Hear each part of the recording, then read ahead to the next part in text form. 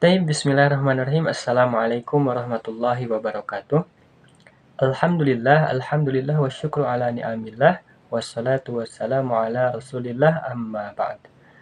Halo teman-teman, kembali lagi bersama saya Rai Abdul Aziz dari Prodi Pendidikan Agama Islam Angkatan 2025 semester 2. Kali ini saya akan menjelaskan tentang standar baik dan buruk dalam Islam menurut Al-Quran, As-Sunnah, dan pandangan para ulama. Manusia membutuhkan kompas moral yang objektif.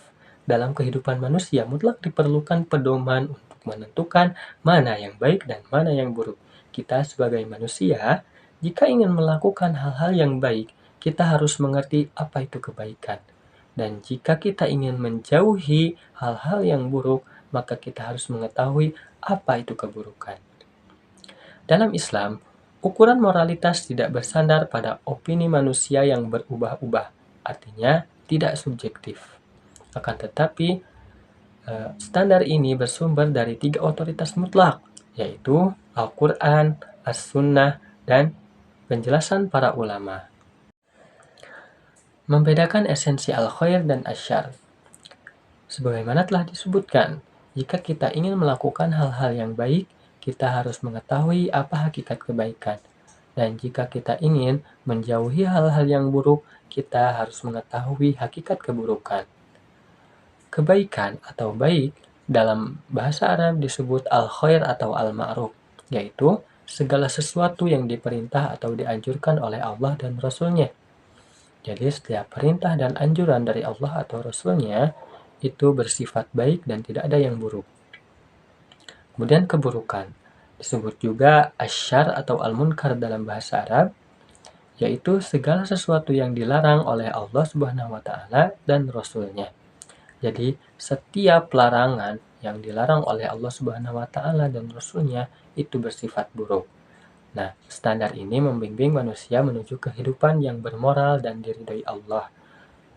Manusia yang beriman akan menjauhi keburukan dan melaksanakan kebaikan, yang mana kebaikan akan berujung ridho Allah Subhanahu wa taala. Terdapat 3 pilar penentu moralitas Islam. Yang pertama adalah Al-Quran, yaitu sebagai sumber utama dari moralitas Islam. Kemudian yang kedua ada As-Sunnah, yaitu sebagai teladan praktis. Yang ketiga, yaitu pandangan para ulama sebagai penafsiran kontekstual, yaitu sebagai penjelas bagi Al-Quran dan As-Sunnah. Al-Quran adalah sumber utama sebagai standar mutlak kebaikan. Al-Quran adalah sumber utama ajaran Islam yang menentukan nilai moral manusia secara mutlak, yang berfungsi utamanya secara eksplisit menjelaskan perintah melakukan kebaikan dan larangan melakukan keburukan. Jadi di dalam Al-Quran dijelaskan mana saja sih, apa saja sih yang baik dan buruk, lalu Al-Quran menyeru untuk melakukan hal-hal yang baik dan menjauhi hal-hal yang buruk, yang bertujuan menjadi pedoman hidup yang benar agar manusia tidak tersesat.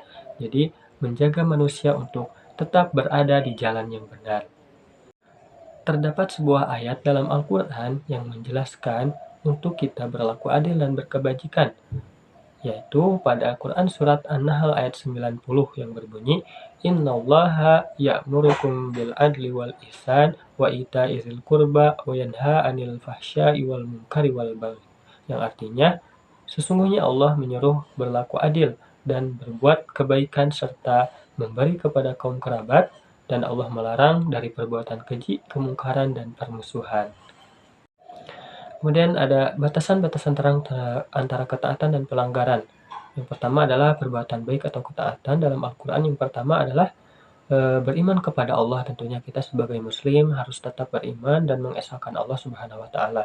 Kemudian yang kedua adalah berbuat adil, yang dalam Al-Quran dikatakan wa idza hakamtum bainan nasi an tahkumu bil adl.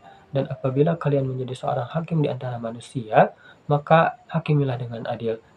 Kemudian yang ketiga adalah menolong sesama, yang mana ini telah banyak dicontohkan oleh Nabi kita Muhammad SAW yang sering tolong menolong sesama lainnya.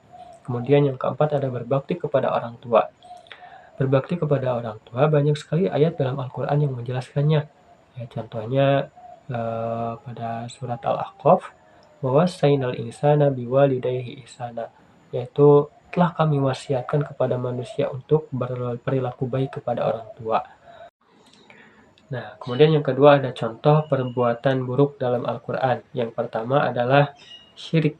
Syirik yang kata Allah disebutkan dalam Al-Quran, Innallaha la yaghfiru ay yushraka bihi syai'un. Jadi Allah tidak mengampuni dosa-dosa orang-orang yang berbuat syirik. Yaitu syirik itu adalah menduakan Allah atau kebalikan dari mengesakannya. Kemudian yang kedua adalah zalim.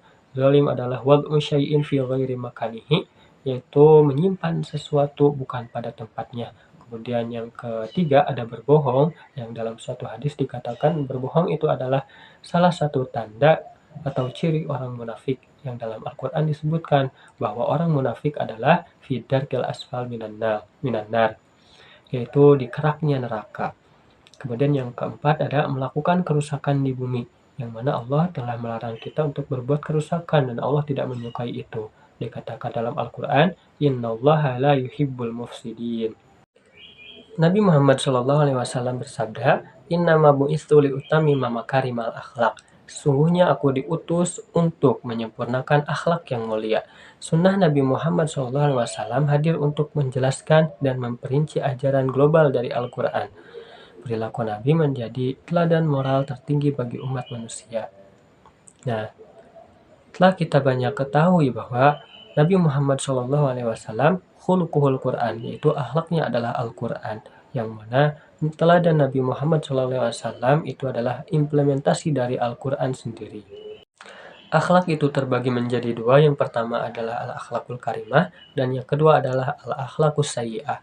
Yang patut kita implementasikan, kita teladani dalam kehidupan, itu adalah al-akhlakul karimah, yaitu akhlak yang baik. Yang pertama ada jujur. Jujur adalah salah satu sifat wajib bagi Rasul yang harus kita teladani. Kemudian juga amanah, yang mana ini juga sama adalah salah satu sifat bagi Rasul, wajib bagi Rasul, yang dalam Al-Quran juga dikatakan al-tu'addul amanati ila ahliha, yaitu sampaikanlah amanat kepada orang-orang yang memilikinya. Kemudian yang ketiga ada sabar. Telah banyak kita dengar dalam Al-Quran ya ayatnya, Innallaha ma'as sabirin. Sungguhnya Allah bersama orang-orang yang sabar. Nah, kemudian yang keempat ada kasih sayang. Dikatakan dalam sebuah hadis bahwa kita tidak akan disebut orang-orang yang beriman jika kita tidak mencintai saudara kita sebagaimana kita mencintai diri kita sendiri. Kemudian yang kelima adalah tolong menolong. Sebagaimana yang telah dijelaskan bahwa Rasulullah SAW adalah orang yang sering menolong satu sama lain.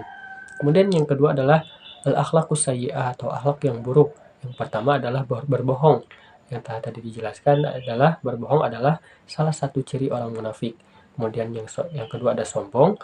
Sombong dalam Al-Quran disebutkan Allah berkata, wala tamshi fil ardi maraha, dan janganlah kamu hendak berjalan di muka bumi ini dengan sombong.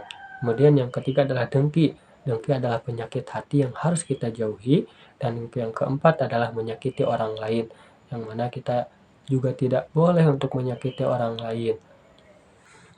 Berikut pandangan para ulama yang insya Allah dapat meluaskan pemahaman kita tentang moral. Yang pertama ada Imam Al-Ghazali yang berkata, kebaikan adalah perilaku yang mendekatkan manusia kepada Allah dan membawa kebahagiaan dunia serta akhirat. Nah, fokus Imam Al-Ghazali ini yaitu kepada kedekatan kita terhadap Tuhan kita yaitu Allah. Nah, kemudian yang kedua ada Ibnu Miskawih yang berkata kebaikan berkaitan erat dengan kesempurnaan jiwa manusia melalui praktik akhlak mulia. Nah, Ibnu Miskawih ini berfokus kepada pembinaan jiwa kita manusia. Kemudian yang ketiga yaitu adalah Yusuf Al-Qaradawi yang mengatakan standar moral Islam bersumber dari wahyu yang suci, namun sifatnya tetap relevan sepanjang zaman. Nah, fokusnya ini yaitu pada relevansi zaman, yang mana Al-Quran sebagai sumber utama dan hadis itu tidak akan tergerus oleh zaman. Baik teman-teman, tibalah kita pada penghujung materi atau kesimpulan. Ada beberapa yang dapat kita garis bawahi. Yang pertama adalah Al-Quran yaitu sebagai sumber utama nilai moral, yang mana Al-Quran ini adalah wahyu dari Allah Subhanahu wa Ta'ala yang turun kepada Nabi Muhammad melalui malaikat Jibril. Kemudian yang kedua adalah sunnah Nabi Muhammad SAW sebagai penjelas dan teladan akhlak.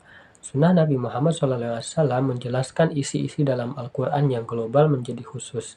Kemudian teladan Nabi Muhammad SAW adalah implementasi langsung dari Al-Quran.